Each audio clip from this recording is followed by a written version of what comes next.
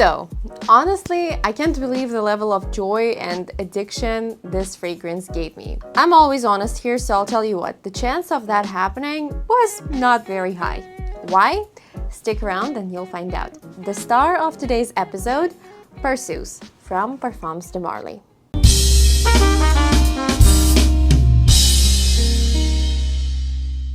To understand the story behind Perseus, you must be familiar with the historic context that Parfums de Marly generally takes its inspiration from. And luckily for you, we've already covered that in the episode dedicated to this house. Make sure to watch it to be a savvy fragrance consumer and a true connoisseur. For a brief recap, Parfums de Marly is inspired by a so-called perfumed court of King Louis XV, the founder and the father of French perfume history. The newest fragrance from the brand, Perseus, is meant to evoke early morning at the royal residence, the moment when the sun is rising, warming the royal gardens and making its fountains sparkle. So in a nutshell, Perseus is about vibrant sunshine that, in the context of perfumery, is almost always associated with a citrus accord of some sort. And yes, indeed, the opening of Perseus smells exactly like carbonated, fizzy grapefruit drink.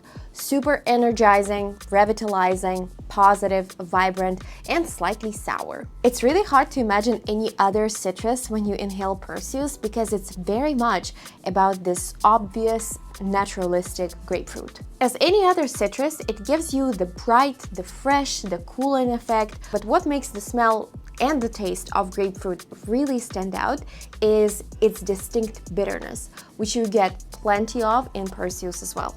This fragrance is not just about the bright grapefruit note though.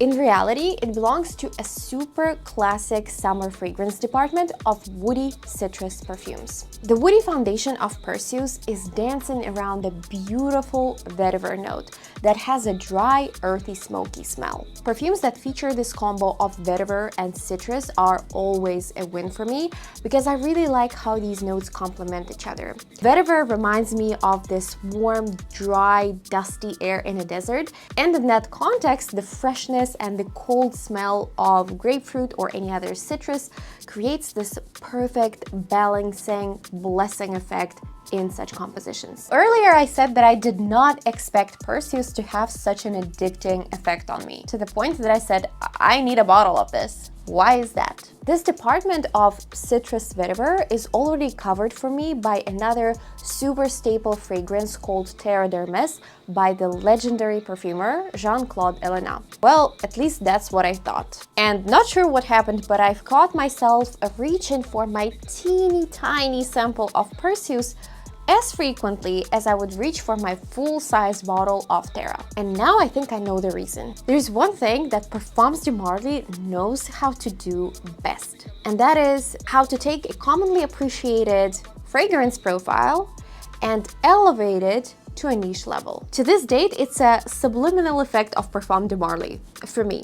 I'm sure you were already familiar with the core of some of the PDM creations when you smelled them for the first time, because chances are that you've already experienced them in earlier stages of your life. Maybe in your childhood when your mom or dad used to wear one of those staple designer house fragrances, or maybe in your student years when you had a signature scent from, again, a designer house. So it evokes all these memories. It smells comfortable, but you still pick up on that extra ish that they add that just sounds more expensive, more refined, more elegant, more sophisticated. Many of Parfums de Marly scents trigger an emotional response and nostalgia, but at the same time, they're coated, and I mean coated, with this subliminal and super addicting sense of luxury.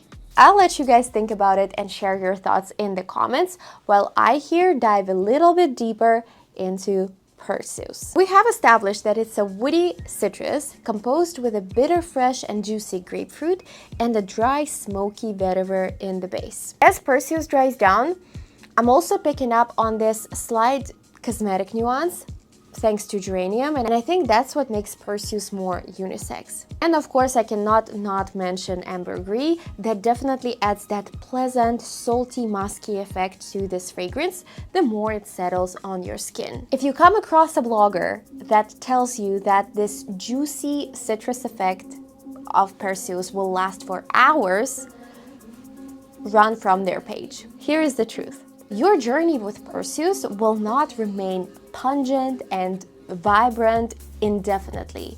And it's not gonna feel like someone just took a grapefruit peel and squeezed it into your nose. You will get that, but for an hour maximum. And after, it will go into a much calmer, zen, soft woody scent with a lingering citrus note that will mix very nicely with your own skin, obtain some warm saltiness, and stay like that comfortable and elegant summer scent for a few more hours. Perseus definitely lasts longer than a traditional woody citrus perfume, and we know that the founder of PDM is very particular and very critical towards the longevity of his fragrances. I can't promise you 10 hours like many other reviewers say, but significantly better than a traditional citrus. Perseus is absolutely unisex. It's totally brilliant on both men and women, and it smells like a breath of fresh air, creating this impression of a very well put together person with a refined style. I think it's the kind of a fragrance that you must have on your shelf because of its ultimate comfortable, friendly, and extremely versatile go-to nature,